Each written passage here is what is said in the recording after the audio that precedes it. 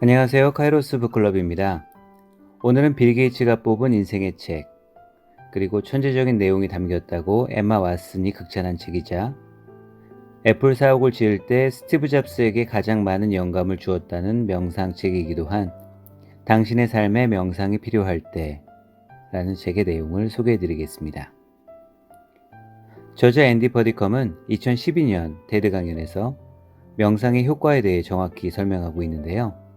어웨어니스, 즉 지금 이 순간 현재의 나의 마음과 감정을 정확히 알아차림으로써 불필요한 감정적 소모에서 벗어나 진정으로 현재에 머무를 수 있는 방법을 배웠다고 설명하고 있습니다. 하버드 연구 결과에 따르면 하루에 우리는 무려 47% 정도의 시간을 불필요한 생각에 빠져 헤맨다고 하는데요. 앤디 버디컴은 하루 10분의 명상으로 모든 면에서 효과를 볼 수 있다고 설명하고 있습니다. 많은 사람들이 명상은 생각 자체를 멈추고 감정을 배제하고 어떻게든 마음을 조절하거나 비우는 것으로 생각하고 있는데요. 저자는 이것이 명상의 본질과는 다르다고 설명합니다. 즉, 마음의 상태를 판단하지 않고 오히려 느긋하게 바라볼 수 있어야 한다고 조언하고 있습니다. 그러면 세계적으로 많은 명상가와 독자들에게 깊은 인상을 남긴 이 책 내용을 소개해 드리겠습니다. 1장 명상에 가까이 서다.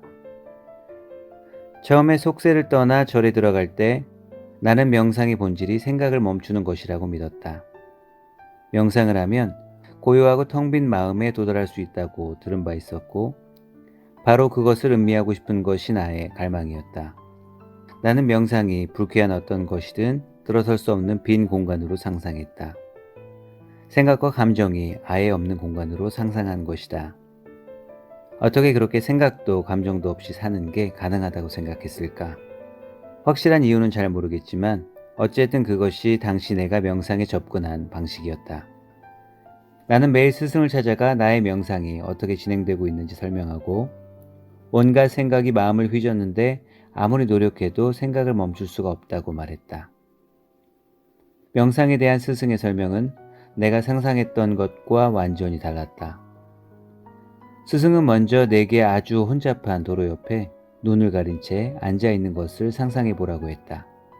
자, 이제 이런저런 소음 속에서 차들이 빠른 속도로 질주하는 소리가 들릴 거야. 하지만 눈을 가렸으니 보이지는 않겠지. 그렇지? 나는 고속도로 옆에 풀밭에 앉아있다고 상상하며 스승의 물음에 고개를 끄덕였다. 스승은 말을 이었다. 명상을 시작하기 전의 느낌이 이와 비슷하다고 할 수 있지.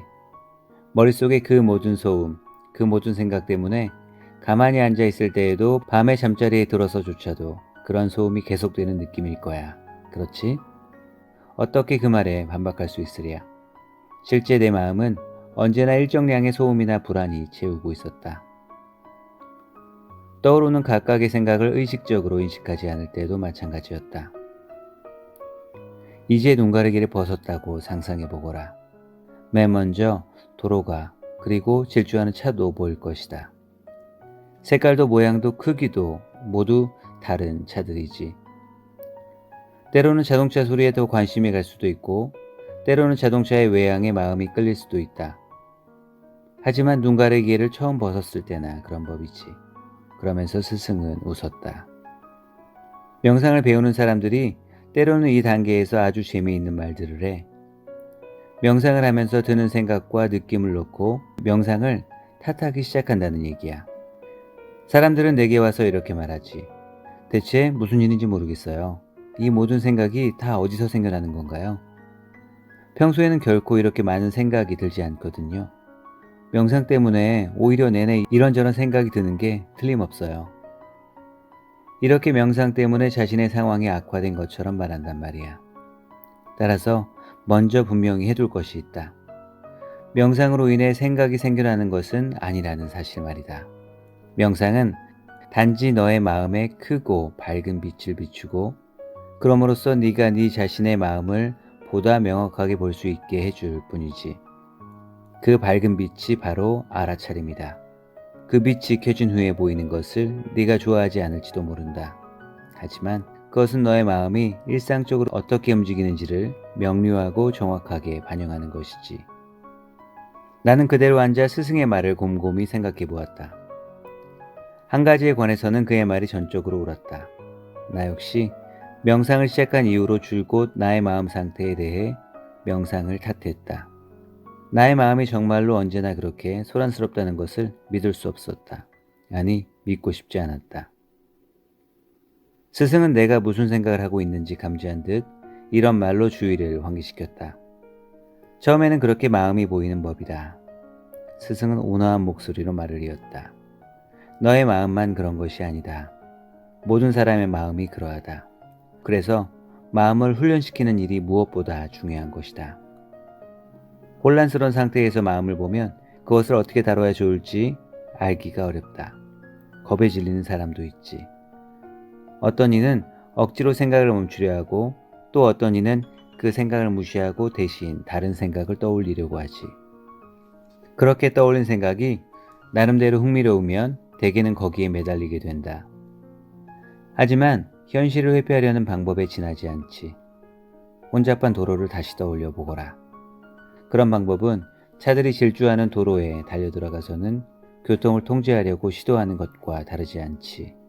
위험하기 짝이 없는 전략이 아닐 수 없단다. 익숙한 이야기 같지 않은가? 이 역시 스승의 말이 옳았다. 나는 바로 그렇게 해오고 있었다. 단지 명상을 하는 동안에만 그런 것도 아니었다. 스승의 비유는 나의 전반적인 삶을 고스란히 요약했다. 나는 모든 것을 통제하려고 애쓰고 있었다. 가만히 앉아 명상을 할 때 마음에 혼란이 느껴지면 그저 습관적으로 뛰어들어 내 스스로 모든 것을 정리정돈하려고 했다. 그 방법이 효과가 없어도 나는 단지 노력만 더 기울였다. 어린 시절에 다들 그렇게 배우지 않았던가? 더 열심히 노력하면 된다. 그래서 나는 더 열심히 노력하기만 했다.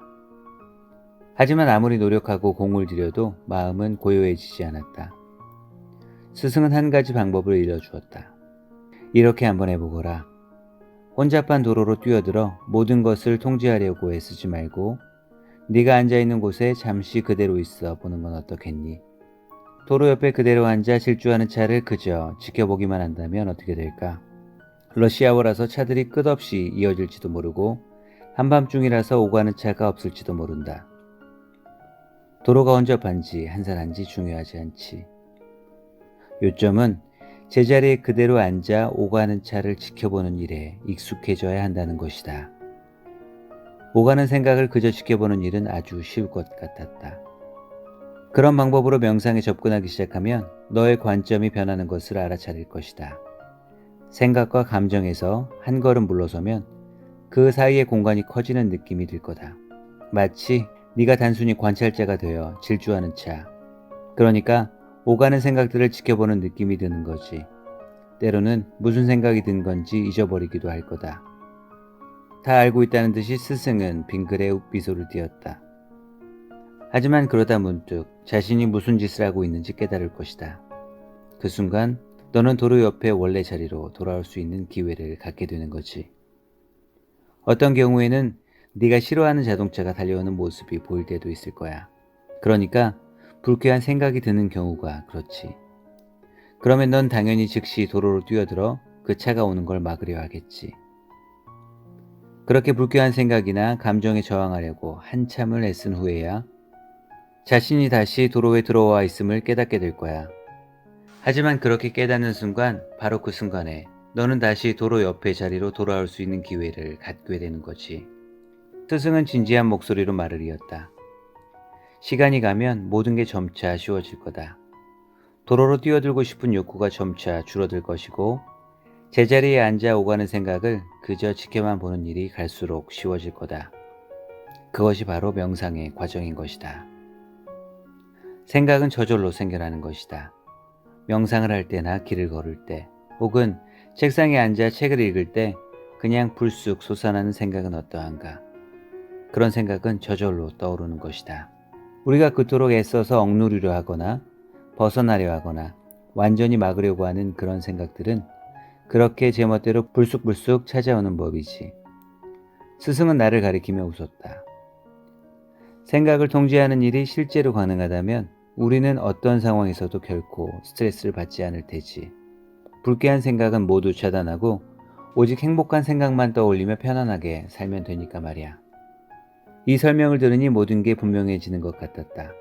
마치 내가 그 사실을 어느 정도는 이미 알고 있었으나 어떤 이유에서인지 삶에 적용하는 것을 잃어버린 것과 같았다.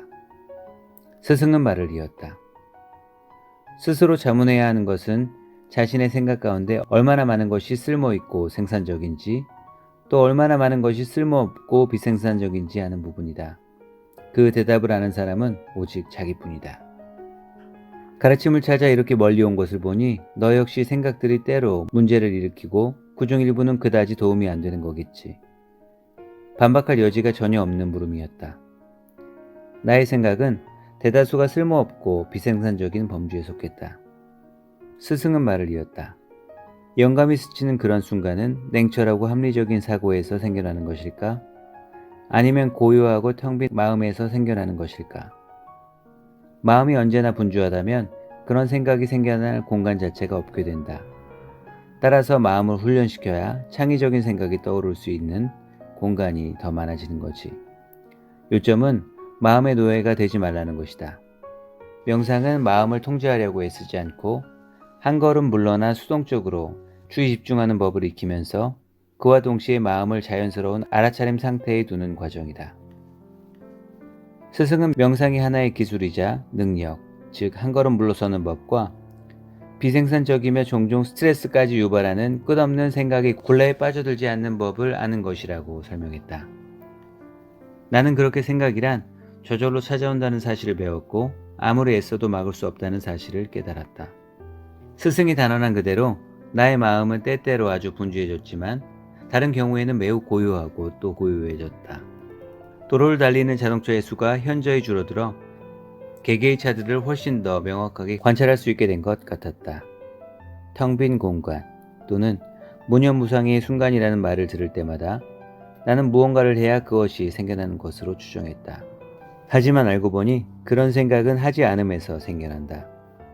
명상은 한 걸음 물러나 마음이 제 나름의 속도와 제 나름의 방식으로 긴장을 풀게 놔두는 것이다. 그렇게 해야 비로소 헤드스페이스의 진정한 느낌에 다다를 수 있다. 지금까지 앤디 퍼디컴의 명상책 당신의 삶에 명상이 필요할 때 가운데에서 근본적으로 명상에 접근하는 방법에 대해 소개해드렸습니다.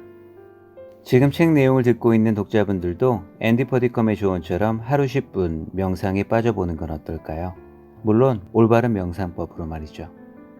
다음 시간에는 두 번째 이야기, 슬픔에도 본질이 있는가 라는 내용을 소개해드리겠습니다.